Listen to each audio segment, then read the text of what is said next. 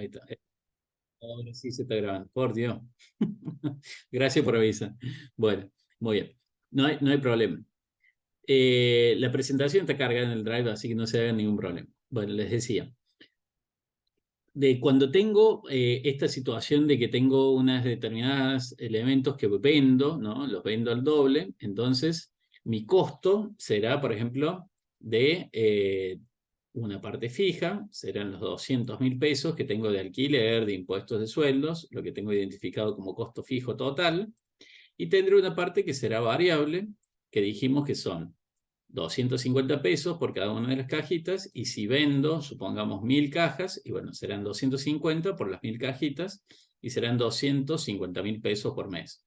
Con lo cual mi costo fijo, mi costo total será el costo fijo de 200 más el costo variable, que será de 250.000 pesos por mes, con lo cual mi costo total será de 450.000 pesos. Una vez que tengo identificado mi costo total, lo compararé con el monto total de ventas y ahí puedo determinar la utilidad operativa, ¿no? Pero acá lo importante es entender la diferencia entre costo fijo y costo variable.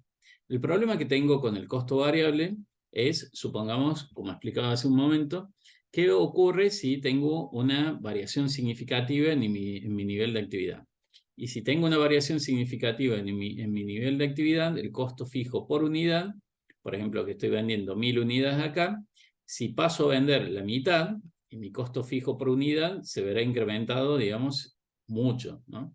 En este ejemplo, yo si paso a vender en lugar de 1.000 unidades, ¿no? Supongamos que pasa si en lugar de vender 1.000 unidades, me fue mal, digamos, y vendí solo 500, ¿no? Pensé que normalmente vendo 1.000 unidades y en este mes vendí solo 500.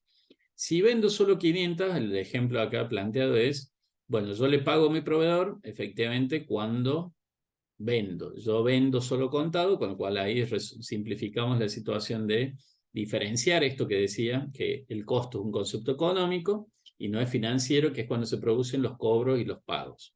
Cuando yo vendo la caja, ¿no? Ahí en ese momento identifico como costo de la venta 500 cajas, ¿ok? Entonces, si vendo 500 cajas a 500 pesos, yo facturaré 250.000 pesos, la mitad, ¿no? De lo que tenía ahí. Y mi costo será, si a mí me cuesta 250 y vendo solamente 500, no 1.000, y bueno, mi costo variable total será de la mitad de lo que era 250.000 originalmente, será 125.000. Pero el problema lo tengo con los costos fijos, que yo, aunque venda la mitad de lo que tenía planteado originalmente, mi costo fijo seguirá siendo de 200.000 pesos. Con lo cual tendré de costo total 200.000 más 125.000 será 300, sí, digo bien, 325.000. ¿Ok? 325.000 de costo total y eso lo compararé contra una venta de 250.000. Con lo cual, si facturé 250 y mi costo es 325, tuve un resultado negativo de 75. Por lo tanto, pasé de ganar 50.000 en la situación original cuando vendí 1.000 unidades a perder 75.000 en esta nueva situación, ¿no? En realidad, cuando digo perder, debería corregirme porque en realidad deberíamos decir a tener un resultado negativo, ¿no? Nosotros vamos a diferenciar, tal como presentaba hace un momento, el concepto de inversión, es decir, la inmovilización de capital, ¿no? Cuando inmovilizo un determinado capital, inmovilizo dinero, que no lo puedo utilizar para otra cosa. En el ejemplo que ponía hace un momento, cuando compro un camión, inmovilizo dinero en eso. Yo después tengo que pagar sueldo y bueno, tengo la plata ahí, digamos que quizás yo lo financié el camión y bueno, una parte la entregué, otra parte tendré la cuota del préstamo y tendré ese problema, ¿no? O supongamos que lo pagué todo completamente contado y bueno, ahí tengo que simplemente me he quedado con un camión que me permitió un cambio en mi nivel de actividad, diferenciando eso que decimos del corto al largo plazo. Eso es una decisión que nosotros denominamos estratégica, es decir, las decisiones estratégicas que implican esta toma de decisiones que me implican o que me permiten un cambio en mi nivel de actividad, salir de mi límite o rango relevante. Al salir de mi límite o rango relevante, puedo facturar más, o al revés, puedo facturar menos, porque también podría tomar una decisión a la inversa, cuando me va mal, estoy teniendo, por ejemplo, vamos a la situación contraria. Tengo 10 sucursales y estoy viendo que hay una sucursal en la que no se vende nada o que claramente el costo es mayor a la venta de esa sucursal. Entonces, si tengo muy poca facturación y esto se sostiene en el tiempo y los costos son mayores a la venta, no me conviene mantener la sucursal abierta y decidiré cerrarla. Por lo tanto, la decisión lo que me permitirá es disminuir una parte de los costos. ¿Cuáles costos? Los costos directos de esa sucursal. Ahora cuidado porque los costos indirectos que le estaba asignando a esa sucursal, suponiendo que se mantiene igual, ¿no? Yo recién decía 10 sucursales. Si las otras 9 sucursales van a mantenerse abiertas y no me va a implicar un cambio en mis costos de la administración, del depósito, de la parte común que realizaba, eso seguirá igual y solamente repartiré los costos. En lugar de repartirlo entre 10 sucursales, lo distribuiré solamente entre 9, ¿no? Con lo cual va a desaparecer los costos directos de esa sucursal, que claramente van a ser costos fijos. Por ejemplo, estos que tengo acá, el alquiler, los impuestos, los sueldos de esa sucursal. ¿Okay? Bueno, entonces yo al principio decía, contabilidad de costos. Hemos hablado un poco de costos, dijimos en relación al costo que hacemos referencia a este concepto, a ver, volvemos un poquito, que es el uso de determinados recursos siempre que sea en condiciones normales y necesarias, ¿no? Acá estoy tomando, siguiendo Cartier, Enrique Cartier, ¿no? En la teoría general del costo, que yo digo el costo será la relación de los determinados recursos que utilizo para el logro de un determinado resultado. Ese resultado le decimos el objeto de costo, aquello respecto de lo cual deseo una medición separada de costos es mi objeto de costos. Puede ser un producto, pero como decía recién, también puede ser, por ejemplo, una sucursal. Y en relación a ese objeto de costos, lo clasifico en directos e indirectos. Y en relación a otro concepto distinto, que es el nivel de actividad, clasifico los costos en fijos y en variables. Hay una tercera clasificación, que es la de totales y unitarios, y todas estas clasificaciones, de hecho, yo las puedo ir mezclando, ¿no? Y es a lo que hacía referencia con esta diferenciación entre costos fijos unitarios y costos variables unitarios, ¿no? Los costos fijos, en términos totales, permanecen constantes, y los costos variables, en términos totales, se incrementan en forma proporcional con el nivel de actividad, ¿no? Con cambios en mi factor. El nivel de actividad tiene otros nombres también, se llama factor de costos, causante de costos, generador de costos, son distintos nombres. ¿Cómo mido mi nivel de actividad? El ejemplo de la empresa de transporte era en cantidad de viajes realizados, pero también podría medir en kilómetros recorridos. Si fuera transporte de carga, podría ser en cantidad de bultos o cantidad de toneladas, o bueno, distintas formas de ir, o si fuera el transporte de pasajeros, cantidad de viajes o de pasajeros transportados, o bueno, distintas formas de medir mi nivel de actividad que también denominamos factor o causal o causante o generador de costos, ¿no? Tienen como muchos nombres, pero nivel de actividad le decimos en forma resumida. Bien, entonces decíamos, contabilidad de costos, costos estaría, digamos, a grandes rasgos presentados, vamos a la parte de contabilidad. No vamos a presentar demasiado contabilidad porque no es el foco de la materia, simplemente mencionamos que existen distintos tipos de contabilidad, ¿no? Es decir, la contabilidad tradicional, que es la que normalmente todos se imaginan cuando decimos contabilidad, es lo que en realidad se denomina contabilidad patrimonial o financiera. ¿Qué es la contabilidad para terceros? Es la contabilidad que alguien, si ha tenido en la secundaria o ha visto en algún momento previamente, es esa contabilidad, la contabilidad del balance, la contabilidad, ¿no? de identificar los resultados basados en estas normas contables, ¿no? Que son resoluciones técnicas. Y hay otra contabilidad que es una contabilidad interna, ¿no? Que es una contabilidad que cada uno, como es interna, la puede hacer como quiere. No hay un auditor controlando cómo hiciste, si sigue las normas, no.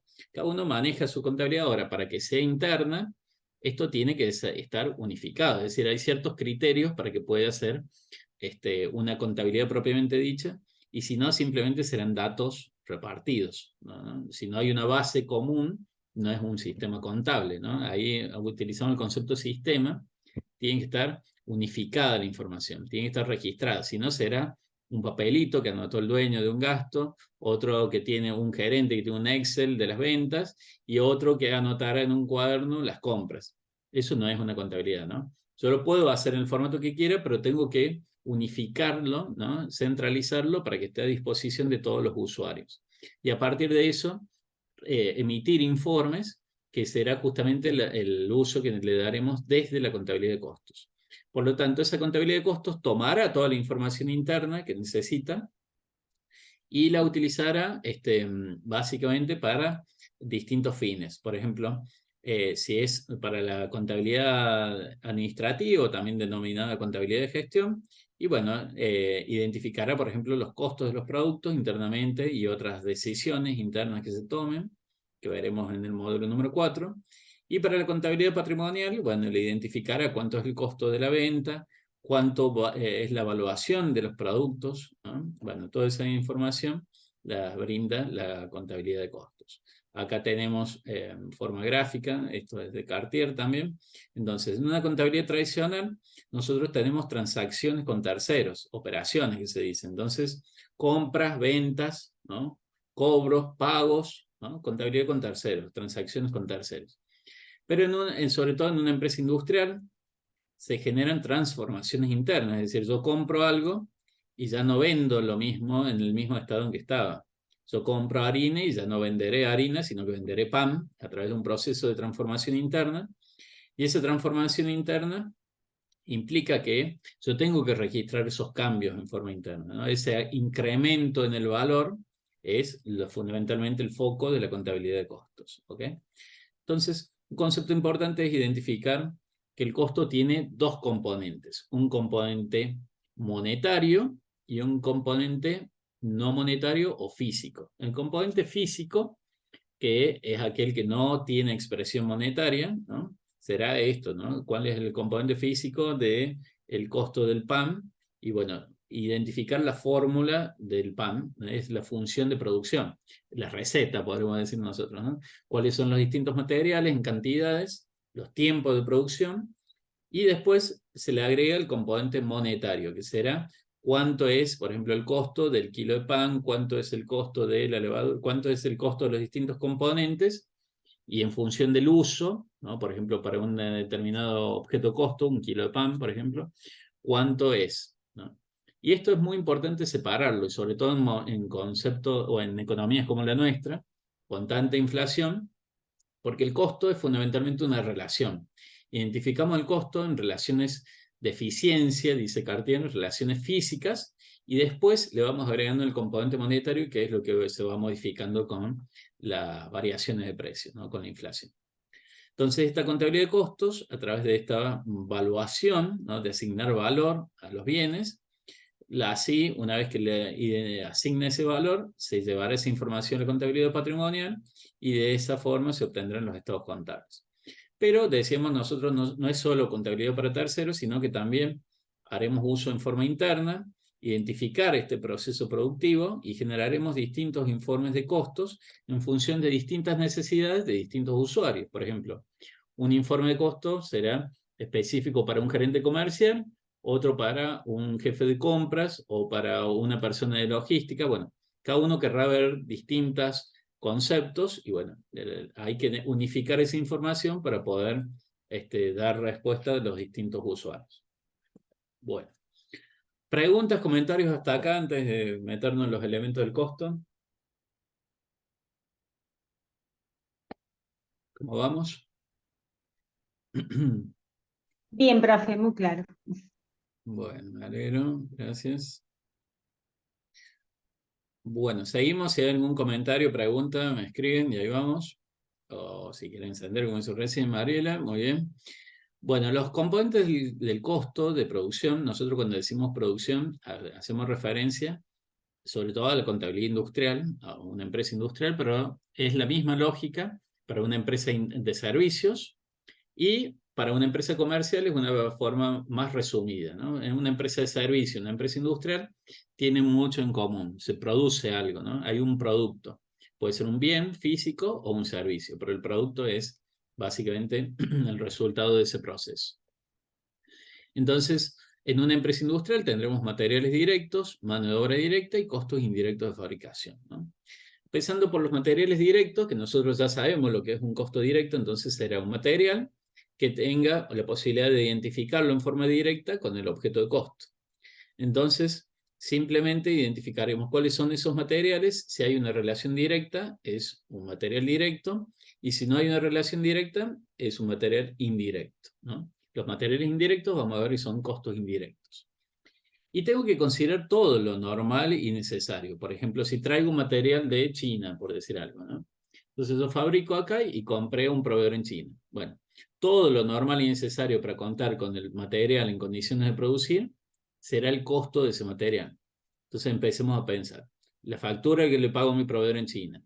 Los costos logísticos, ¿no? Del barco, lo traigo en barco, entonces todo lo que implica el traslado, el costo aduanero, todo lo que implica los costos del despachante de aduana, los impuestos cuando llega acá, lo que implica bajar, digamos, esa mercadería, es decir, todo lo que implica el trabajo ahí en el depósito fiscal.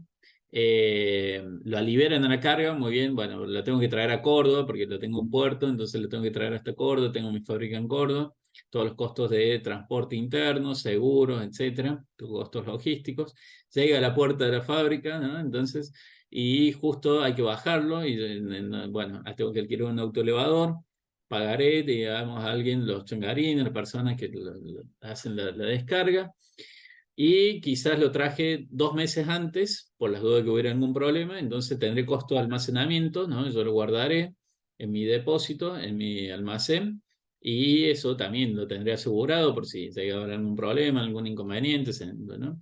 Bueno, hasta que llegue el día que lo uso. Lo paso al proceso productivo, lo utilizo y en ese momento recién termino de sumar. Hasta ese momento acumule costos. Todo lo normal y necesario para contar con ese producto en condiciones de producir será el costo de esa materia. ¿Ok? Entonces, para que se reúnan los requisitos, que son 3, como vemos ahí, para identificar que un material es directo, o también denominado materia prima, tenemos que decir que tiene que ser parte del producto que obtengo, es decir, tiene que ser parte física del producto. Por ejemplo, si yo fabrico mesas, una lija, no será, ¿no? Una lija que utilizo para trabajar con las mesas, eso no será un material directo de la mesa. Será claramente un material indirecto o insumo, ¿no? También le decimos insumos a los materiales indirectos. Tiene que ser un costo importante, no puede ser algo mínimo que ocupa un porcentaje muy bajo dentro del total del costo, porque nuevamente no me interesa, digamos, hacer un seguimiento de esos costos tan pequeños. Y tiene que ser un costo fácilmente cuantificable, fácilmente poder calcular cuánto es ese costo, ¿no? Entonces, un costo que sea fácil de calcular, que sea significativo dentro del monto total, será un material directo. Y si no, insumos, materiales indirectos que se los forman parte del total de los costos indirectos. ¿Ok? ¿Por qué? Porque básicamente a los materiales directos o materia prima los llevo un registro. Yo los tengo que controlar. No puedo llevarlos así nomás, sino que yo tengo que saber cuánto voy consumiendo a medida que los voy utilizando, ¿no? ¿Por qué? Porque eso me va a permitir, sabiendo cuánto compré, cuánto utilice, cuánto debería tener, ¿no? En una determinada situación. Cuánto utilice también hace referencia a, ustedes saben que hay desperdicios o mermas o situaciones que hacen que se pierda determinada cantidad de material por el motivo que sea. Por ejemplo, a veces hay situaciones de físico-químicas como una evaporación, entonces, o al revés, se leuda, ¿no? Como decía en el caso del pan, tenía una cantidad, en kilos obtengo más, ¿no? de la cantidad física, porque hubo un proceso de incremento de la masa.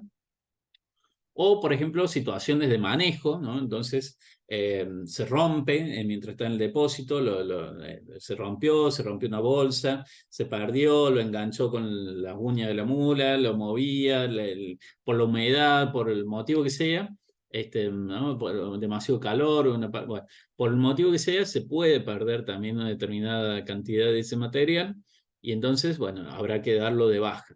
Yo, en la medida que sea normal la pérdida, y necesaria dentro del proceso productivo, yo lo tengo que considerar como costo. Tendré que identificar hasta qué punto considero que es normal la pérdida, y eso es costo. Si supera ese rango de normalidad porque hubo una situación extraordinaria, y eso no será costo. Por ejemplo, Una situación anormal será, no sé, que se me prenda fuego todo el depósito y bueno, eso yo no lo considero costo, claramente, ¿no? Ni podrá ser un gasto tampoco. Eso es lo que denominamos técnicamente pérdida. Eso sí es una pérdida. Una pérdida es una situación eventual frente a la cual yo debería tener algún tipo de recaudo, es decir, un seguro, por ejemplo, ¿no?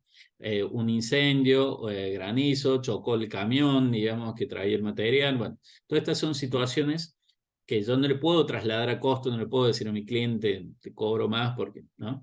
Ni tampoco es un gasto, ¿no? Que serán, digamos, el uso de recursos, siempre que no sean normales y necesarios, tampoco, sino que será una situación de pérdida, ¿ok? Que no tiene que ver directamente con un resultado operativo, sino que es una situación que puede darse, digamos, pero que no es lo habitual o normal, ¿ok? Y bueno, y volviendo al costo, decíamos que los materiales yo los debería gestionar, ¿no? A través de dos alternativas. O llevo inventarios perpetuos, ¿no? Básicamente un registro en forma sistemática, ¿no? Para eso tengo que tener un buen sistema de gestión que me permita decir, por ejemplo, bueno, el comprador, bueno, exactamente cuánto hay en este momento de tal material.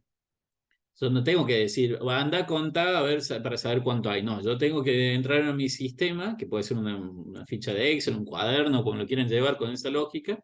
Y yo en tiempo real, como dice ahí, te debería decir, hay tantos. Y te debería tener la seguridad de que efectivamente hay esa cantidad, ¿no? Si yo no tengo la forma de hacer eso, o digamos por cuestiones internas de organización, o mejor dicho, desorganización, para saber cuánto tengo de algo, tengo que ir y contar, y bueno, ahí me manejaré exclusivamente por un inventario periódico, es decir, tengo que hacer inventarios o recuentos físicos de los materiales para saber cuánto hay. En el sistema de inventario perpetuos, no, porque yo simplemente verificaré si lo que tengo por sistema condice con la realidad, pero como una forma de control, ¿no? Es la verificación a través de un recuento de decir, bueno, efectivamente el sistema está ok, ¿no? Bueno, y todo ese trabajo no lo voy a hacer con los materiales que tienen muy poco o que valen muy poco, ¿no? Entonces no me tomo ese trabajo, simplemente lo hago con los materiales directos, con la materia prima. Por eso separo materia prima de materiales indirectos, ¿ok?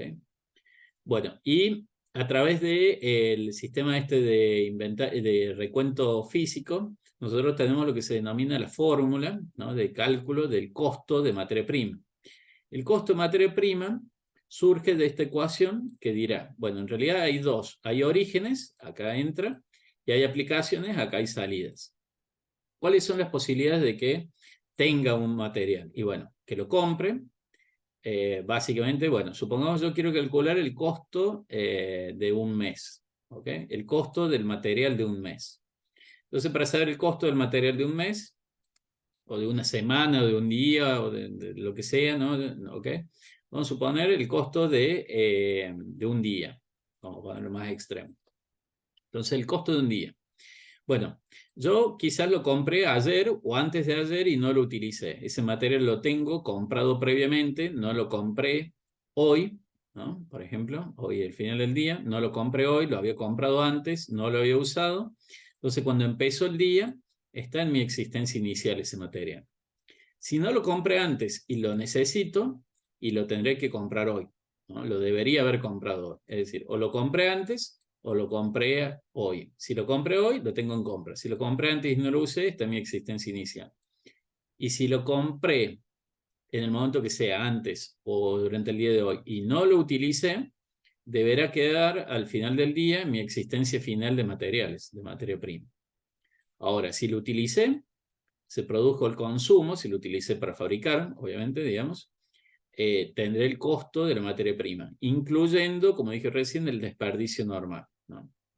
La medida que lo utilice, digamos, que se produjo el consumo, y bueno, ahí tengo el uso del material, el uso o consumo quiere decir costo, el costo de la materia prima. Entonces, o lo había comprado antes y no lo había usado, lo compré ahora, o lo utilizo durante el día, o si no lo utilizo, me queda en la existencia final. Entonces, el costo será la existencia inicial más las compras menos la existencia final. ¿Ok? Esa es la fórmula o la ecuación del costo de la materia prima. Bien, eso en cuanto a materia prima. Hablando de mano de obra directa, haremos referencia muy rápidamente a que implican dos tipos de conceptos, ¿no?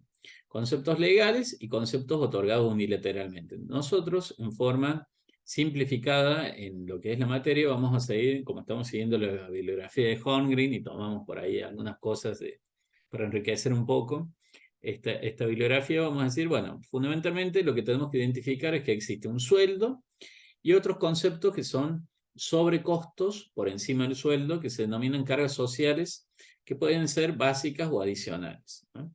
Ahora, lo que sí o sí tenemos que diferenciar es, por un lado, como decíamos antes, existe un componente físico, que serán, por ejemplo, las horas trabajadas, típicamente, o el jornal, ¿no? El jornal puede ser lo mismo, siguiendo la lógica de la hora, bueno, tantas horas por jornal, por día trabajado, y listo. Entonces, típicamente las horas trabajadas y el costo por hora. El costo por hora, que será el componente monetario, ese costo por hora debe incluir tanto la parte de sueldo bruto, ese sueldo es bruto, no el neto, porque el bruto, cuando le sacamos una partecita, que será lo que se le retiene, o ¿no? También denominado aporte del empleado, eso que se retiene, ahí se define el sueldo neto, ¿okay? Ese sueldo bruto más otros conceptos que vamos a ver que se denominan cargas sociales, eso es el costo total, ¿no? De la mano de obra. Esa mano de obra puede ser directa o indirecta. Nosotros ya hemos identificado o separado esos costos, directos e indirectos. Si es un costo que yo puedo relacionar en forma directa con un producto, no tengo forma de equivocarme. Inequívocamente puedo decir, más horas trabajadas, más productos, y necesito menos producto, trabajaré en menos horas. Eso será mano de obra directa, ¿no? Es típicamente el trabajo operario, ¿no? Un trabajo que yo puedo identificar fácilmente con el producto y que depende de la actividad. Ahora, si tengo otros sueldos que también son costos de producción, pero que no los puedo identificar siguiendo esa lógica, más horas, más producto, menos horas, y bueno, será mano de obra indirecta. Por ejemplo, los sueldos de gente que realice, no sé, alguna actividad de mantenimiento dentro de la planta, o de almacén, o de el personal de limpieza también puede ser perfectamente, siempre que sea personal de limpieza de planta. Si hace limpieza de oficinas comerciales, administrativas, otra cosa, no tiene nada que ver, ¿no? Ya estamos hablando dentro de lo que es la parte productiva. ¿Okay? Estamos dentro de una empresa industrial y si fuera una empresa de servicio, con la misma lógica, donde se realizan las operaciones principales de la empresa, ahí tenemos los costos. Ahí vamos entonces a diferenciar el costo laboral. Vamos a tener todo lo relacionado con producción, será mano de obra directa o indirecta. Y lo que esté relacionado con otras funciones de la cadena de valor, nosotros en la cadena de valor tenemos investigación y desarrollo, diseño. Recién ahí viene producción, ¿no? Después de producción viene marketing, o que incluye promoción y venta. Después viene distribución, que será la logística de salida, todo lo que sea logística de entrada, compras, es parte de producción. Y después viene todo lo que es servicio al cliente, todo lo que es postventa, ¿no? Todo lo que no sea de la función de producción será gastos, es decir, por ejemplo, típicamente los gastos comerciales, gastos de distribución, el reparto, como le quieren decir. Todos los otros conceptos, ¿no? Sueldos, sueldos y cargas sociales que no estén vinculados a producción, van a ir a gastos. Gastos nosotros también le decimos costos de no producción o también denominados, siguiendo el vocabulario que usa Holmgren, ¿no? Nosotros diferenciamos costos de producción, ¿no? Y costos del periodo. Los costos del periodo o costos de no producción son también denominados gastos, ¿no? Por ahí un concepto más amigable, gastos, con el que estamos un poco más familiarizados, pero bueno, por ahí en Holmgren van a encontrar que dice costos del periodo o costos de no producción, no lo dice, pero sí costos de producción y costo del periodo. Costo del periodo serán estos, los gastos. Y bueno, a lo que hacía referencia hace un momento, que cuando hablamos del costo de mano de obra, tendremos el sueldo bruto y las cargas sociales. Cargas sociales vamos a diferenciar básicas y adicionales, ahora en un momento, y el sueldo bruto incluirá una parte que se le retiene al empleado, que se le muestra en recibo de sueldo. En recibo de sueldo lo que ve el empleado es solamente esto, ve el sueldo bruto total, lo que son aportes y retenciones que van para jubilaciones, ¿no? El Instituto Nacional de Seguridad Social, y alguna parte para obra social, y la diferencia que se le deposita en la cuenta sueldo o se le entrega en efectivo. Y otra parte irá a lo que se denominan contribuciones patronales, que es una plata por encima, que se calcula tomando como base el sueldo bruto, que son más plata para jubilaciones, más plata para obra social que paga el empleador por encima, digamos, y tomando como base el sueldo bruto. Además, el empleador pagará, siguiendo la ley de riesgo de trabajo, la ART, ¿no? Aseguradora de riesgo de trabajos, un seguro de vida obligatorio, en algunos casos una cuota sindical o gremial, que en algunos casos también se le retiene una partecita al empleado, y tendremos otras situaciones que ustedes saben que en Argentina se trabajan 12 meses, pero se pagan 13, ¿no? Es decir, el costo es el correspondiente a 13 meses, porque hay un sueldo adicional, que se llama aguinaldo, sueldo anual complementario, ¿no? Ese SAC, exactamente el SAC, implica que si bien se paga 2 veces al año, es decir, se paga medio sueldo el 30 de junio y medio sueldo el 18 de diciembre, una semana antes de Navidad, lo importante acá nosotros dijimos en términos de costo que no tiene que ver con el pago. Es más, yo cuando considero el costo, considero en función del tiempo trabajado. Y eso se ve más claramente, por ejemplo, si una persona renuncia o es despedido o por el motivo que sea se termina el contrato laboral, se paga el proporcional del aguinaldo por el tiempo trabajado, ¿no? Por ejemplo, trabajo solo enero, será el proporcional a un mes del total de lo que hubiera sido un mes más por año. Es decir, la 12ª parte de un sueldo adicional. Un sueldo más por año es 1 sobre 12, el 8,33%, es decir, a medida que va trabajando por día va teniendo un 8,33% más de costo, concepto de proporcional aguinaldo. Y a su vez, como sobre ese aguinaldo se pagan las contribuciones, también será el correspondiente a las contribuciones patronales sobre el aguinaldo. Ajá, bueno, muy bien. Y luego, lo otro que tenemos, además de esto que hemos dicho, que son las cargas sociales básicas, que son,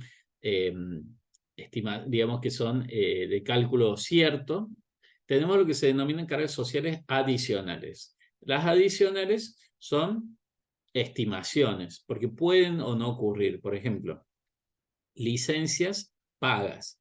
Por ejemplo, por enfermedad, por accidente. Bueno, en general las empresas estiman, digamos, tienen una previsión de cuántos son los días que se toman los empleados por enfermedad, accidente, pero ustedes saben que eso puede variar, o por ejemplo por fallecimiento familiar, o por nacimiento, o por otros motivos. Bueno, son las licencias pagas que se pueden modificar, ¿ok? Y que las empresas deberían considerar como costo una parte, ¿no? Una estimación.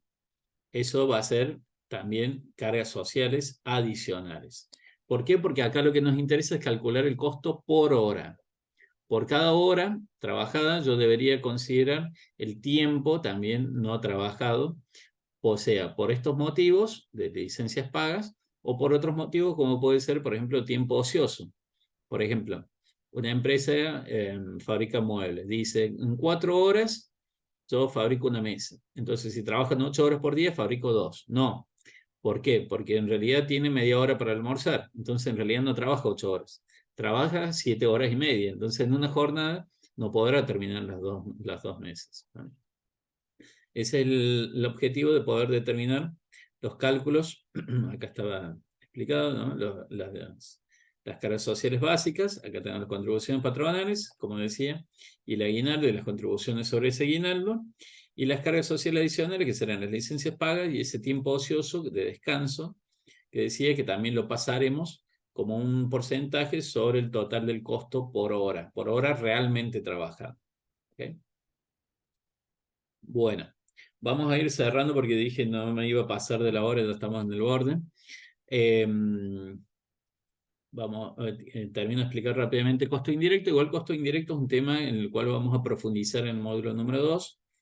Y ustedes saben que, como decía, había materiales, que son los que no reúnen los requisitos de ser directo, vendrán los materiales indirectos, vendrá la mano de obra que no reúne los requisitos de ser directa, vendrá la mano de obra indirecta para acá, y habrán otros elementos que siempre que sean costos, es decir, que reúnen los requisitos para ser costos de producción, los identificaremos dentro de este tercer elemento costo, que serán, por ejemplo, depreciaciones, repuestos, bueno, todos los otros elementos normales necesarios de producción, es decir, todo lo que necesito para fabricar y que no son ni materia prima ni mano de obra directa, vienen en esta bolsa de costos comunes, ¿no? Por cierto, es un caso muy especial y por eso vamos a profundizar sobre este en el módulo número 2. Entonces, repasando, los componentes del costo de producción son materia prima, la mano de obra directa y los costos indirectos. Si sumo los directos, tengo lo que se denominan los costos primos, y si solo considero los costos utilizados para transformar o convertir la materia prima en producto terminado, tendré los costos de conversión, que son la mano de obra directa y los costos indirectos de fabricación. Por cierto, como decía, los costos indirectos, a medida que ha avanzado la tecnología, ¿no?, los desarrollos que han habido, hacer materiales más inteligentes y sobre todo procesos de automatización y robotización han hecho que la mano de obra directa vaya disminuyendo a lo largo del tiempo y se vaya incrementando la participación de los costos indirectos. Por eso, cuando veamos sistema de costeo en el módulo número 2, vamos a ver la importancia de los costos indirectos. Bueno, como para ir cerrando entonces el estado de costos, de todas formas ustedes tienen una cápsula grabada específicamente de estado de costos y estado de resultados, así que no se hagan problema. Simplemente para mencionar que en una empresa comercial nosotros vamos a definir los costos de ventas, que es el único caso donde hablaremos de costo de mercadería vendida, porque solo en una empresa comercial tengo elementos que revendo a las mismas condiciones que recibo. A lo sumo podrá haber un caso de fraccionamiento, ¿no? Recibo una caja, saco una más chica, saco otra más chica y vendo por estuche o vendo los alfajores sueltos por unidad. O de fraccionamiento en el caso de vendo mangueras, entonces tengo un rollo grande, iré cortando, o telas, un rollo de telas, iré cortando de acuerdo a lo que me vayan pidiendo, ¿no? Pero no se produjo una modificación sobre el producto en sí mismo, ¿no? Es simplemente fraccionamiento. Entonces, costo de mercadería vendida o costo de ventas, ¿no? Yo simplemente revendo lo que tengo.